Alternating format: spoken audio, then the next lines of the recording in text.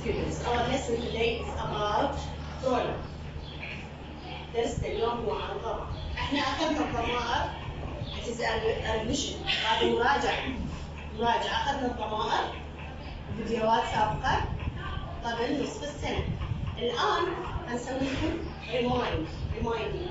يعني شو reminding؟ تذكير بها. فأول نوع عندنا subject pronoun. subject pronoun يعني ضمير الفاعل.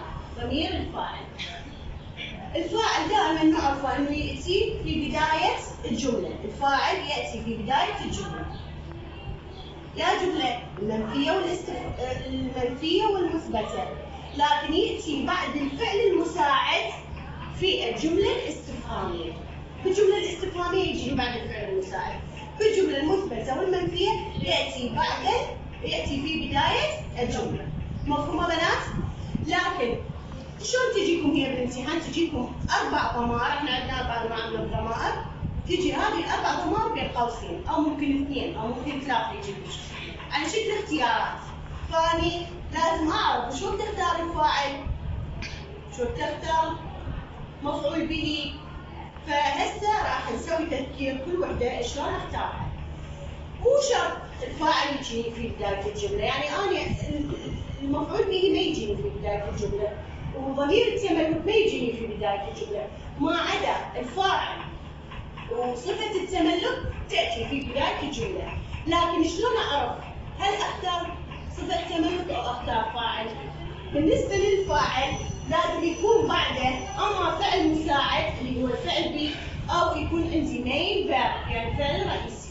إذا لقيت وراه فعل رئيسي أو لقيت وراه فعل مساعد، إذا راح أختار ضمير الفاعل.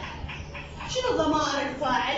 عندنا الآي للمتكلم، الهي للمذكر، الشي للمؤنث، الإكس لغير العاقل للمفرد، أقصد بغير العاقل حيوان وجماد، الوي جماعة المتكلمين، اليو للمخاطب المفرد والجمع، وعندنا الذي لجماعة الغائبين وغير العاقل الجمع.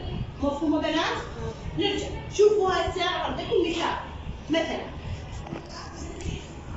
I me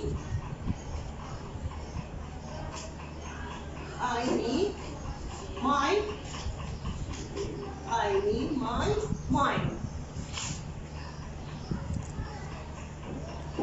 went to the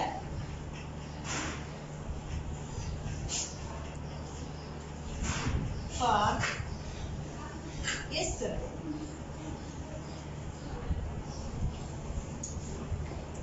إذا هنا أنا أقول لك choose the correct pronoun أو circle the correct word.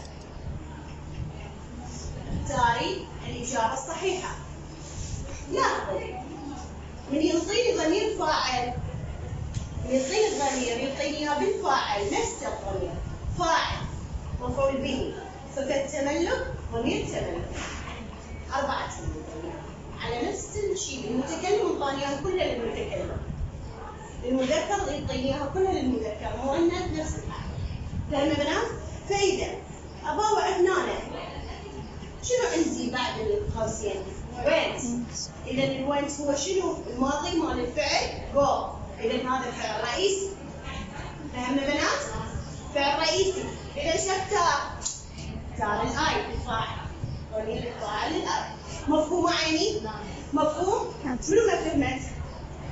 منو؟ أي. هنا أنا عندي ضمير،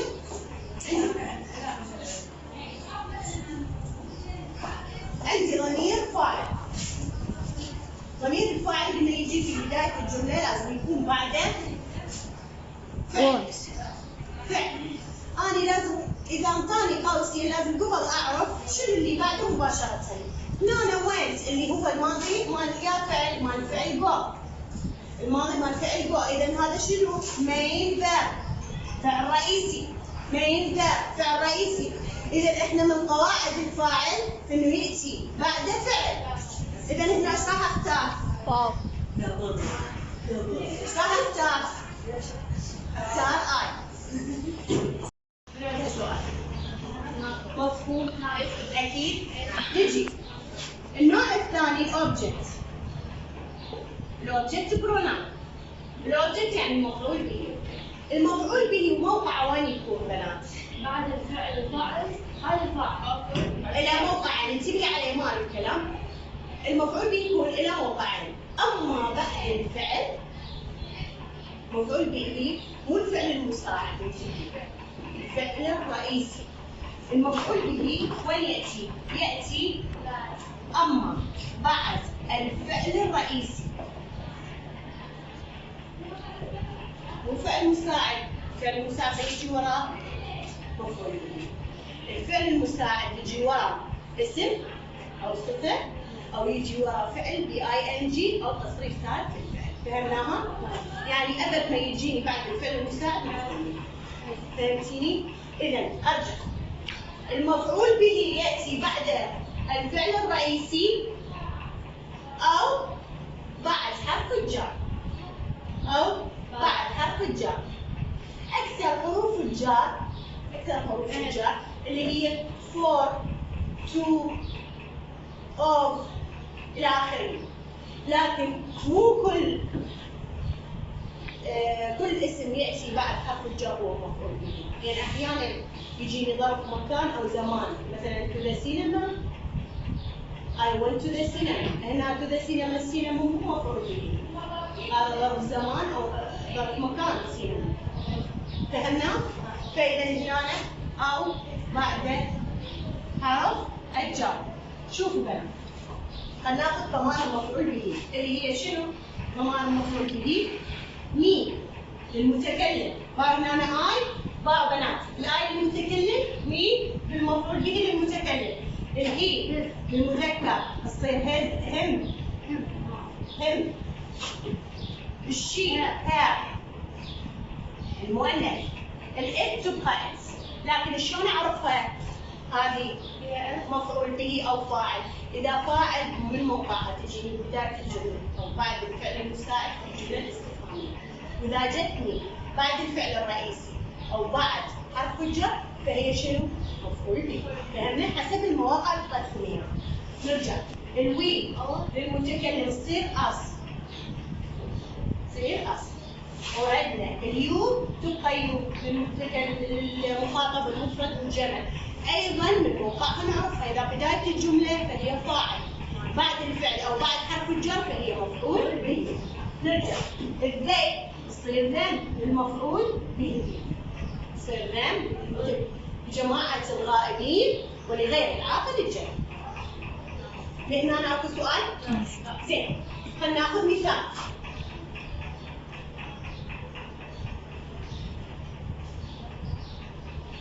ما دام اخذنا اي فراح اسوي لكم اياه كله على الاي.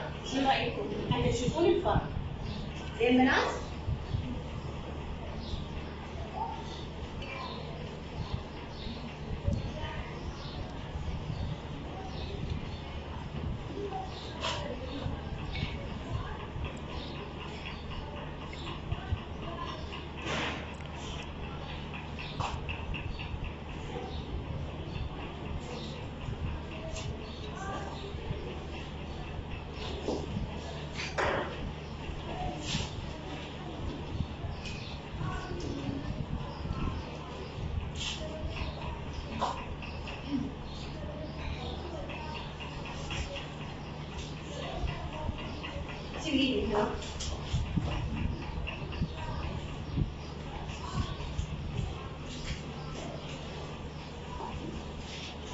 My mother gives I, me, my, mine, and you.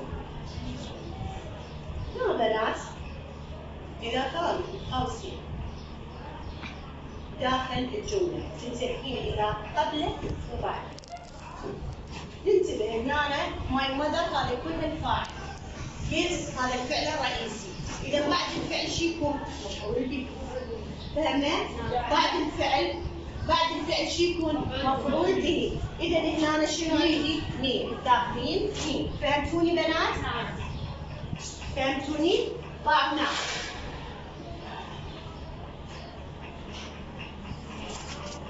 My teacher shouted at I need my mind.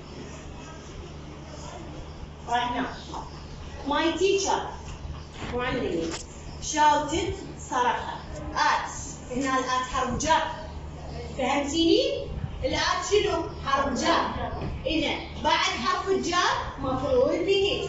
وياي بنات؟ بعد حرف الجر شو يكون؟ مفعول به. اوكي. إذا هنا أنا عندي حرف جر. إذا أختار هنا أيضا به. فهمتوني بنات؟ عرفتوا شلون بدي أختار؟ مفهومة ولا لا؟ منو ما فهمت؟ أعيد. قلنا المفعول به، ضمير المفعول به يأتي بعد الفعل الرئيسي أو بعد حرف الجر. فلازم هنا أنا أشوف الجملة اللي عندي My mother gives. هنا my mother هاي كلها فاعل. نجي هنا gives، هذا شنو ما ينفع فعل رئيسي.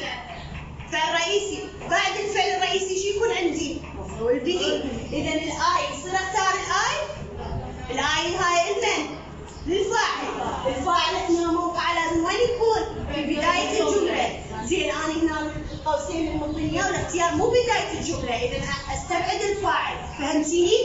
نجي قبل القوسين شنو عندي؟ فعل رئيسي. إذا ايش راح أختار؟ ضمير المفعول به. بعد الفعل الرئيسي مفعول به. بعد حرف الجر مفعول به. فهمتوني؟ منو ما فهمت؟ واضحة الآن؟ نرجع. نمبر 3 عندنا possessive adjectives. صفات التملك. صفات التملك. صفات التملك يا بنات من اسمها صفات تملك إذا تستخدم للتملك. تستخدم للتملك. شنو صفات التملك؟ ضمير يأتي بعد اسم شنو؟ تعود ملكيته على اللي قبله. يعني اسم الشيء المملوك. يعني مثلا أقول ماي فادر. إذا هنا أنا أبي. زين؟ ماي بوك كتابي. his car سيارته. فهمتوها؟ فإذا هنا الاسم اللي وراه شي يكون تعود ملكيته على الضمير اللي قبله. فهمناها بنات؟ فهمتوها؟ فإذا لازم شي يكون بنات؟ لازم يكون قبله كبير. يكون قبله فعل مساعد وياي صفة التملك. موقعها بأي مكان بالجملة لكن ما تجيني في آخر الجملة. فهمت؟ نعم. موقعها في بداية أو وسط الجملة لكن لا تأتي أبدا في نهاية الجملة. يعني شو ما تجيني؟ يعني ما تلقي قوسين وما وراه كلمة. لازم وراها كلمة. يعني لازم الشيء اللي يملك الشخص يكون في بعده مباشرة. فهمنا؟ فإذا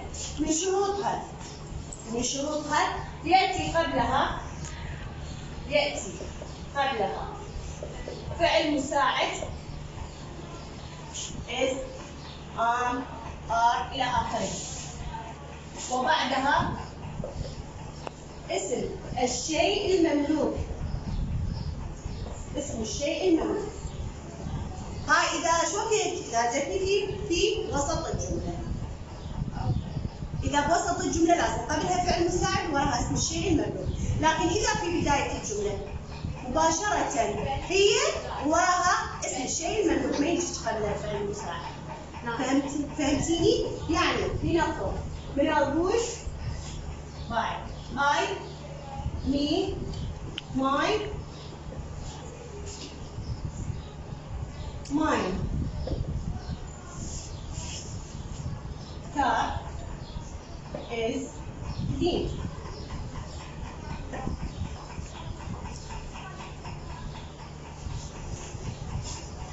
هنا اختار الآي؟ لا. ليش؟ لما يرفع. اكتب لي هنا وراها شنو؟ كار. الكار اسم لو فعل؟ لا. إذا هنا مو فعل، شلون فعل؟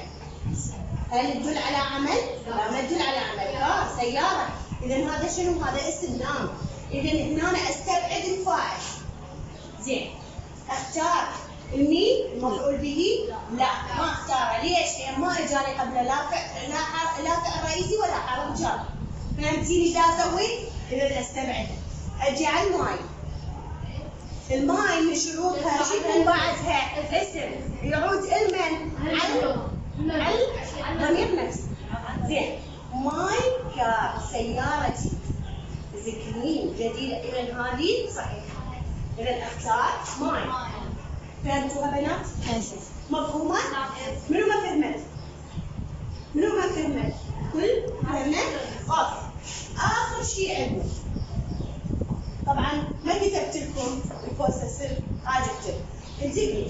عندنا هنا مو للمتكلم ماي. هنا عندي ماي. للمتكلم. للمذكر هز. للمؤنث هير. وياي؟ بنات انتبهي، عندنا الهير بصفة التملك وبالمفعول به نفس الضمير، لكن شلون اعرف هذا مفعول به لو صفة تملك؟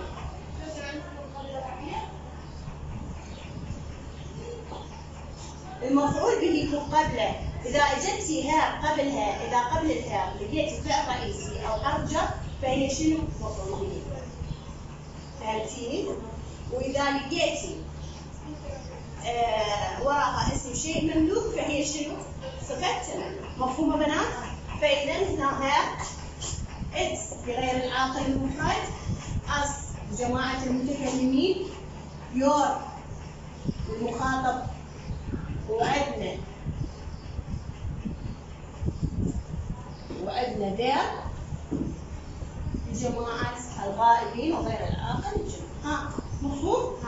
فهاي الأمثلة. بقى عندنا آخر نوع اللي هو possessive pronoun. ضمائر التملك. ضمائر التملك. من شروط ضمائر التملك شروطها شنو؟ إنه يكون ضمير التملك في النهاية، ما يجيني وراء أي كلمة. يكون في نهاية، في النهاية ما يجيني وراء أي شيء. ممكن تبين، ممكن يجيني وراء اسم، لكن على شرط إنه يكون قبل الاسم فاعل. واستفهمكم ليش؟ أفهمكم ليش؟ فانتبهي علي، هاي الملاحظة مهمة. إذا هنا البوسيسيف ادجكتيف لازم يجيني قبلها اسم الشيء المملوك. هنا شنو الفرق بينه وبين صفة التملك؟ صفة التملك مباشرة بعد اسم الشيء المملوك، هذه قبلها. قبل شيء منه. وقبلها بعد الشيء المملوك يجيني، والفعل المساعد يلا تجيني ضمير التملك. يعني هنا لازم يجي الفعل المساعد وراها الاسم المملوك وبعدها مباشرة ضمير التملك. مفهومة يا بنات؟ مفهومة يا بنات؟ حتى تفرقين بينها وبين المفعول به، لأن أيضا المفعول به ممكن يجي بنهاية الجملة، فلذلك ننتبه على قبله. إذا قبل فعل أو حرف جر فهو ضمير مفعول به. إذا قبل عفوا هنا إذا قبل اسم شيء مملوك وفعل مساعد، إذا هذا ضمير تملك. مفهوم؟ منو ما كلمة ماما؟ انتبهي للمثال. This car is I, me, my, mine.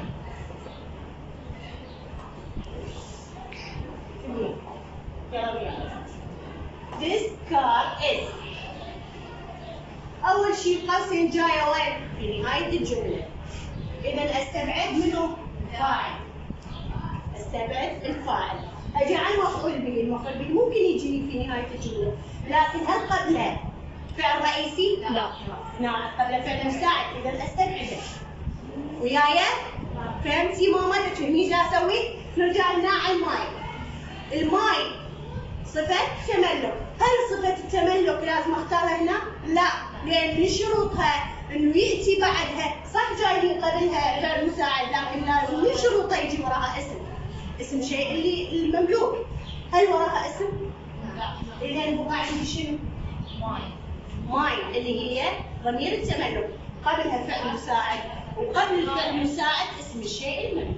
ها بنات فهمتيني؟ اكو سؤال؟ اكيد؟ زين خلينا نجي نكتب ضمائر التملك شنو؟ ماي للمتكلم، للمذكر his، لكن شلون افرق؟ عندنا ضمير تملك وصفة التملك اثنيناتهم his للمذكر، إذا قبلها اسم الشيء المملوك والفعل المساعد فهو شنو؟ ضمير تملك، إذا بعد اسم الشيء المملوك فهو صفة تملك. نرجع إلى المؤنث اس. هنا عفوا ours، وعندنا yours، وعندنا theirs. هاي جماعة غائبين وغير العاقل. قلت لكم إذا إجاني وراها اسم أحيانا لازم يكون اسم شخص وقبله فارغة، فانتبهي هاي الملاحظة. Is this book yours؟ علي؟ Is this book yours؟ علي؟ زين، هل هنا علي اسم شيء مملوك؟ هنا وين اسم شخص؟ هاي وين؟ قبله فارغة. هنا تدرون هذا شنو معناه؟ هل هذا الكتاب لك يا علي؟ يعني هنا منادى دا اخاطب شخص قدامي. فهمتيني؟ فمن تلقين الفارغة؟ يعني هذا الشخص امامي قاعد اخاطبه، دا اسأله. فاذا هاي الفارغة تدل انه هذا منادى، شخص قاعد يتكلم وياه وذكرت اسمه، فلازم ينذكر قبل فارغة ينذكر الاسم. ها بنات منو ما فهمت؟ يعني اذا بهاي الحالة اليورز جاء شيء يعطيكم للمخاطب اليو، يعطيكم يو بعض، يعطيكم يو أو يعطيكم إياها مرة واحدة yours. فهنا راح يكون اختياري لمن؟ حيكون اختياري لليورز. ليش؟ لأن هنا ما دام لقيت فارغة واسم إذا هذا منادى، إذا هنا جايتني اليورز في نهاية الجملة، وبالإضافة إلى ذلك قبل اسم الشيء المملوك. زين، من تجاوبني؟ راح أسأل سؤال، يا شاطرة تجاوبني. ليش؟ شنو السبب؟ تريد السبب. أنا مو قلت لكم يجيني اسم شيء مملوك وراء فعل مساعد، وراء يجيني ضمير تملك. زين، أنا ليش إجاني مباشرة قبله الاسم المملوك وإجاني بالبداية الفعل المساعد؟ يا شاطر تجاوب. ما عليها الفارغة. لأنه يجي منادى. لأن اسمه غائب هاي this. بعد